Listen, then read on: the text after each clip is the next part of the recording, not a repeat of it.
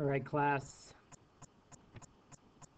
we are starting 7.4. This is applying properties of similar triangles. So we've been talking a handful about similar triangles. Remember, similar means that they just look, they're the same. They could be the same if one was shrunk down to maybe to fit the other one. Maybe one was like expanded or made larger, kind of like you do in a copy machine. Okay, so we're going to talk about this time though, how to apply all that stuff that you know about triangles. And now you're going to get a few more different types of properties here and theorems that help you when solving different types of problems. Now, what all these pictures have in common?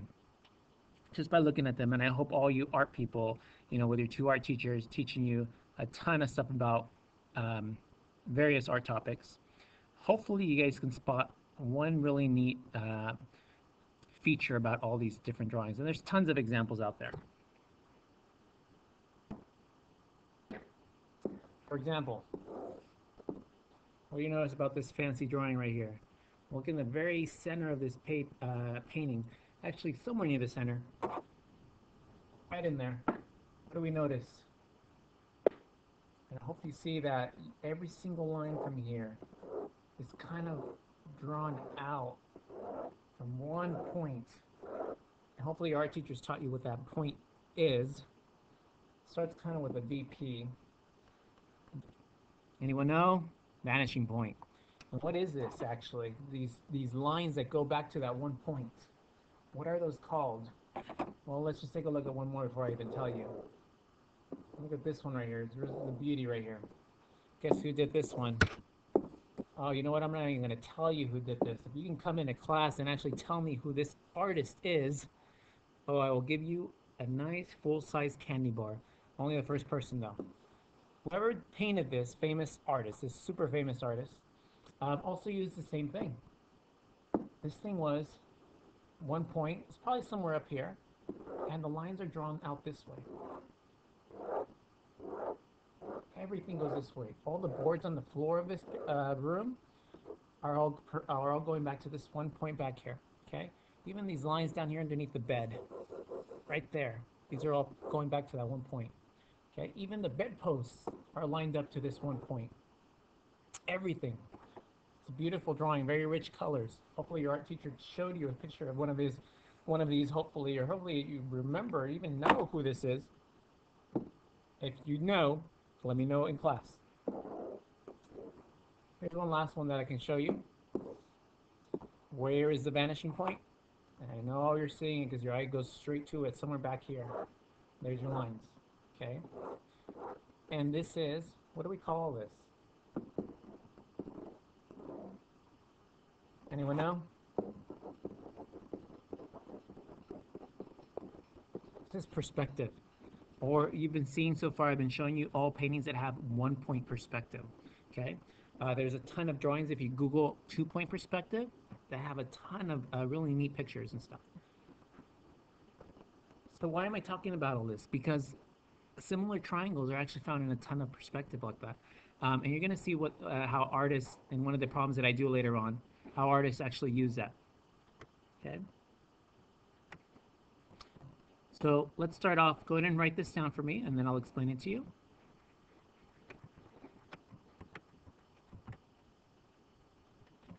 All right, guys. So let's get started. Triangle proportionality theorem. So here's what it says.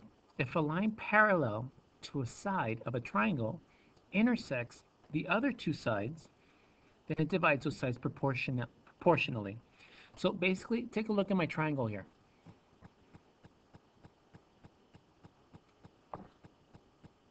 I have a triangle, and this triangle clearly has 3 sides. Now, what this theorem is saying is that if you take a line that is parallel, I don't care which side you do it to. So let's just start off by saying I drew a line. Let's say this line that I have here, if I leave it right here, then it actually, what I just did then, I just finished drawing a line right here that's parallel to this one down here. Now, I could have drawn it the other way. I could have maybe done it so it was going this way instead, so that it was parallel to this side instead. Okay, it does not matter which one. It could do any of the sides. So I'm going to go ahead and stick to the side that I kind of had it at. So it says if you have a line that's parallel this one to this one of the sides of the triangle, and it intersects the other two sides. Now this is the other side that it intersects, and this is the other side that it intersects. It says then it divides those sides proportionally. So basically, all that means is, let me go ahead and label this so you can see a little better.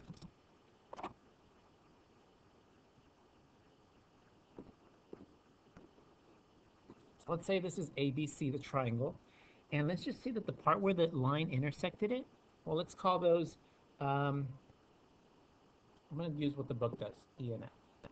Okay. So here's what happened when that line cut through those two sections. I actually ended up creating a proportion.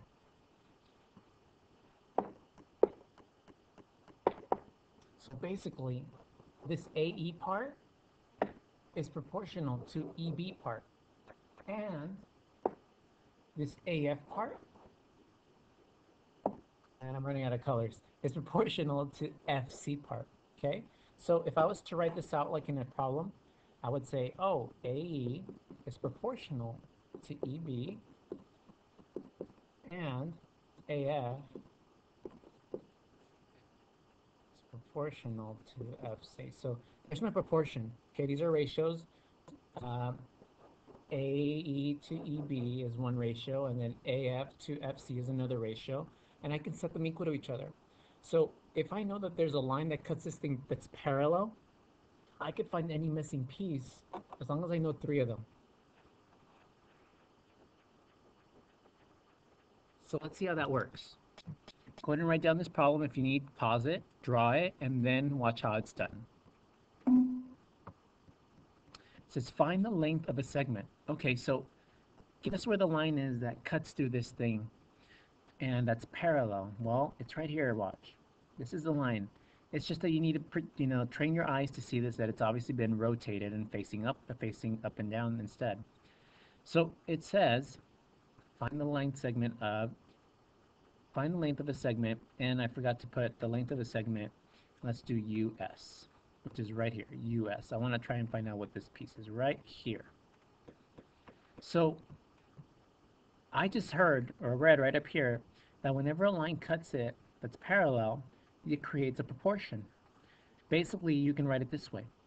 14 is to something as 10 is to 4. That's a ratio right there. Okay, so I can do it like that. I can say 14 is to something as 10 is to 4. That's basically it. Now, you could have written it many other ways. Some of you are thinking, well, what can I written it this way, Mr. Paul? Because it looks like it probably could work. Put like a 14 over 10 equals something over 4. Let's see. 14 over 10 equals something over 4, because it just looks like it's in that order already. 14 over 10 equals something over 4. And you wrote it that way. Okay, sure. But if you wanted to write it the way I did, 14 over something equals 10 over something, then that works as well too. Let's see, let's do my original one that I have over here. So let me move this over here to the side. So I have, let's go ahead and solve this out. Cross products, 14 times 4. And 14 times 4 ends up being what? 56 equals 10 times x, 10x, divided by 10, divided by 10. X equals 5.6. Okay. Now let's do over here. Now let's just say that you did it the other way. Let me just go ahead and solve this one. 14 times 4. Well, guess what? That's still 56. 10 times x, that's still 10x. Divide by 10, divide by 10. It's the same answer. Okay? There's really no way to mess this up. But the only way you can do it this way, though, is obviously if you know that this line right here is parallel. If it was another crazy looking line that was going somewhere other direction, then it wouldn't work. For example, if you had a line that was going like this purple one that I just drew, that's not parallel to this one. So I wouldn't be able to say 14 is to something as 10 is to something. I wouldn't be able to do that. only if it's parallel. That's the only way you can do it this way, okay? And you know they're parallel when you have those little marks right here, the red marks that are on my picture. Let's move on. So guess what this is? The converse of the triangle proportionality theorem. This is basically the opposite of this theorem up here. Okay, here in this theorem, look what it said. It said if a line that's parallel to this side cuts a triangle, you make a proportion. So what do you think a converse says? I just kind of want to throw it in here so you at least know it, okay? So here's what the converse says is, well, if you have a proportion made by a line, then you're going to have a parallel line. That's basically all it says. So in a nutshell, and you know, you probably don't even need to write this down.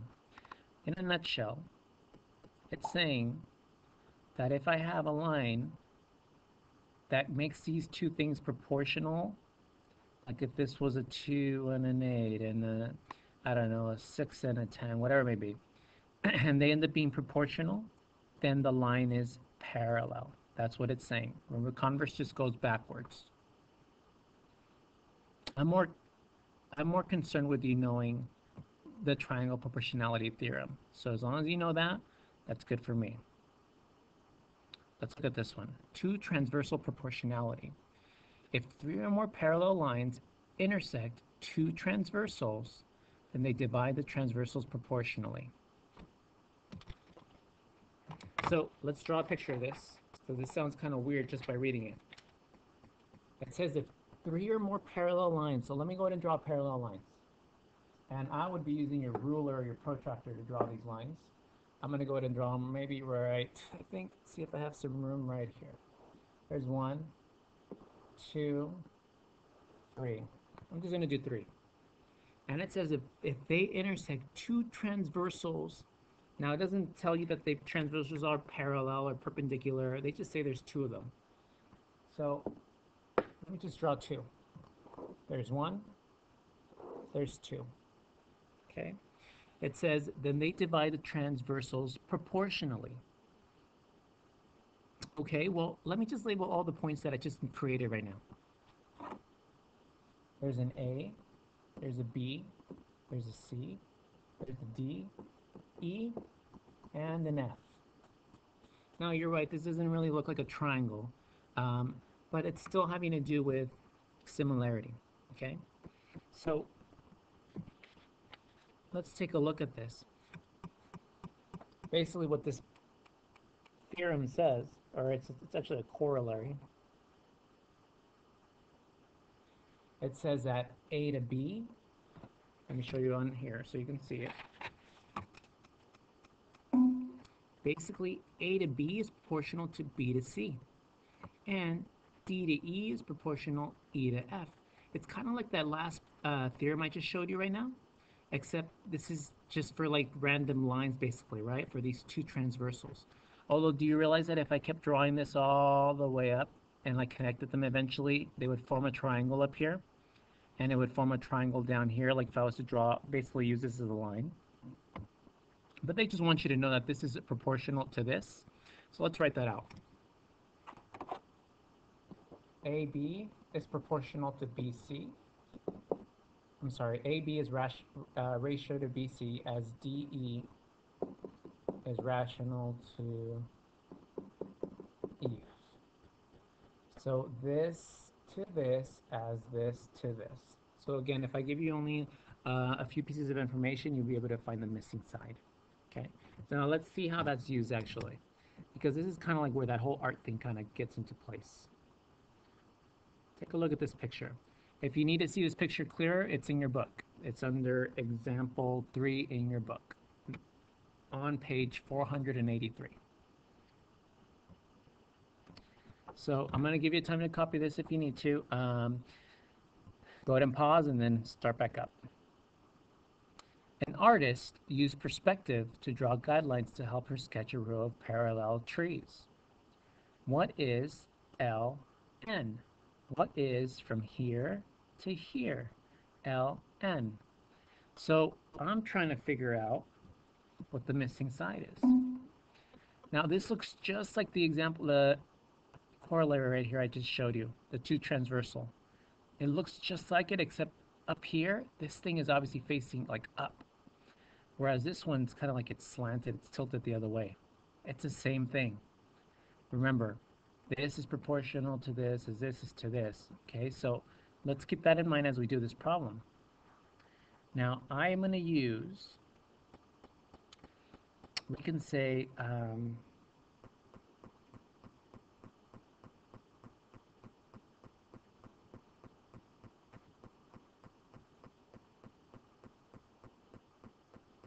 I had to pause real briefly, guys. So let's go ahead and look at this then. So it says, we need to find out what this Ln is right here. Okay, and we have a proportion right here, actually. Look, so we can say this part right here is to this part right here. Now, obviously, you're going to have to add these two things up right here, the 1.4 and the 2.2. So let me just kind of circle these two things, 1.4 and 2.2. So 2.4 is to this as this is to this, okay? So this is to this as this is to this. I'm going to write it out kind of like that. But before I do that, what are these two add up to? 1.4 and 2.2. I hope you're telling me it is what? 3.6. Okay, so I'm going to write this out. This side is to this side as this side is to this side. So 2.4 is to 3.6 as 2.6 is to something. I don't know what it is. So again, one more time, look how I'm doing this. I'm saying this side right here, this side is to this side as this side long on the bottom is to the unknown one. I don't know what this is. Okay? And that's basically I have this set up.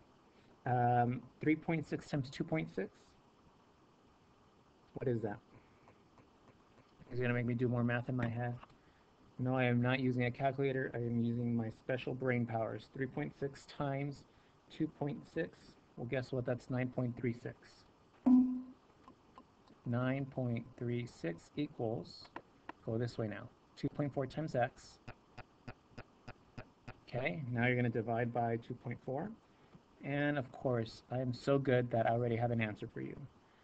3.9 equals x. So you just found out that this piece right here is 3.9. Again, if you had a hard time trying to figure out what on earth I was doing, please pause it, go back and look at it again. This time just watch as I'm doing the whole thing. And then if you still have questions, please let me know in class, okay? So the answer is 3.9. And I think I have one more problem, I think, on here. Let's take a look. Oh, actually, one more theorem for you. All right, this one's pretty neat, too. They're all neat. Let's label this A, B, C. Let's read this now. Triangle angle bisector theorem.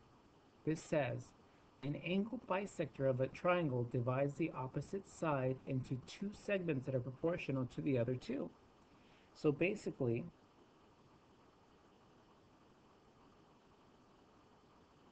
here's what this says.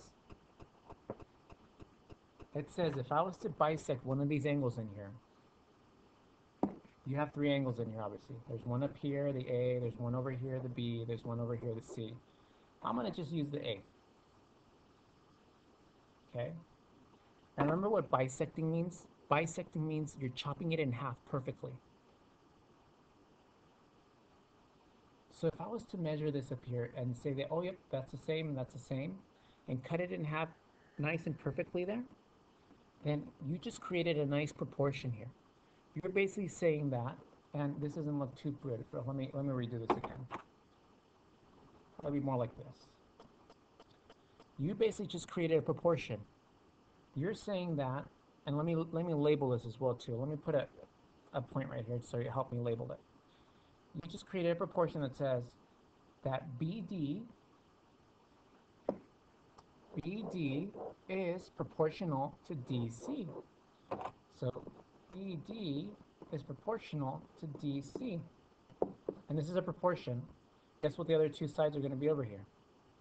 Well, if this to this is a rational, I'm sorry, a ratio to this, then that means that this side up here is going to be rational to a ratio to what? To AC. Okay, and that's your triangle angle bisector theorem. Okay, let me just relabel this one more time real quick. That's A, that's B, that's C. And again, it says if you bisect an angle of a triangle, chop it in half perfectly, right? That's what those little symbols mean. That you're basically creating sides that are proportional. This side goes with this side, and this side goes with this side, okay? So let's take a look at this. It has to do exactly with what we just talked about.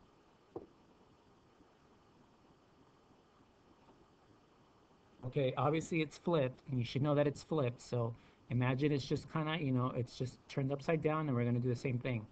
If you notice, what do you notice right there on Q? I hope you notice that it's showing that these are the same, that it's bisected. So that's bisected, so you know already that this side is this rational to this side. So let me do that.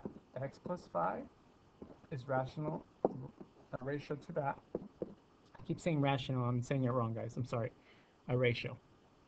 So this and this is a ratio. And then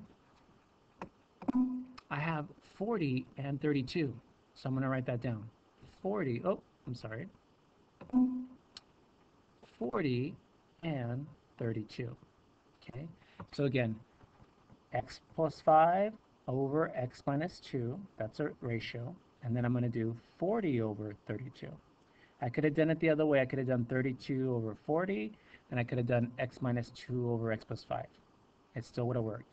Do you think it would have worked also? And I'm going to ponder this, see if you have time. If you have time, can you try and see if this will work? Would this and this work if I do x plus 5 over 40? Will that still work? Like if I do it in that order instead? That's something for you to think about, and maybe if you have time, check to see if it actually works still. So let's solve this here. This is a proportion. X plus 5 times 32. We're going to have to multiply these two things right here. Now, go ahead and set those up. Remember, you got to distribute the 32 to everything in that x plus 5, okay? I'm just going to write it out in steps, though. 32 times x plus 5 equals, and I'm going to do the same thing over here. 40 times x minus 2. 40 times x minus 2. Go ahead and distribute for me, please.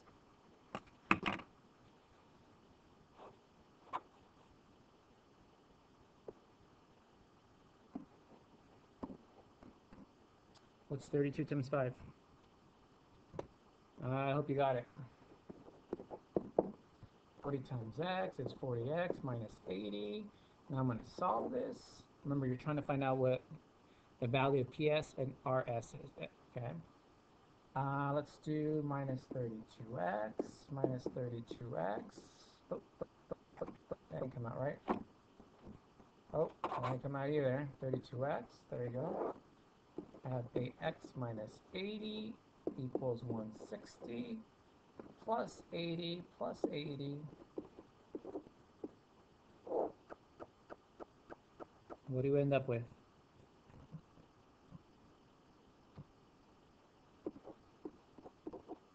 You guys should be doing the work. I shouldn't, right? 240 divided by 8.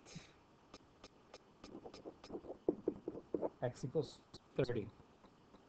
Okay, is that an answer? And I hope you're saying no, and yes, that is you turning your head back and forth, saying no, and you're saying no. Just kidding. Okay, so it's not. X is 30. They want to know what? Look up here what the question said. They want to know what PS, and they also want to know what SR is. That's these two right here. So all you have to do is plug it in. 30 minus 2, well, this is going to be 28. And 30 plus 5, 35. There's your answers, okay? If you want to write it out really nice and neat, if you can for me, please, I would just say PS equals 28. And I would just write down SR equals 35. And that's pretty much your answer right there. And if you have time, right here, I wonder if this gives you the exact same x equals 30. I wonder if it doesn't matter which order I put it in, as long as I kind of have an order. Like x this over this equals this over this, or it would even matter if it's 32 over this and 40 over this. Would you still get the same answers? Okay, that's something for you to think about. And guess what? That's the last problem I have for you. Okay, we're going to be doing tons more of these in class, actually, because I think these are really good problems for you guys to get practice with. And I think that's pretty much all I had for you. Your homework for you, workbook, page 30 and 31. Do both pages, please. 1 through 7 only, okay? And that's for 7.4. And I think that's it. Last thing, of course. What do you call two L's? What do you call two L's? Two L's, two L's. Parallels. Did you guys get it? I got it.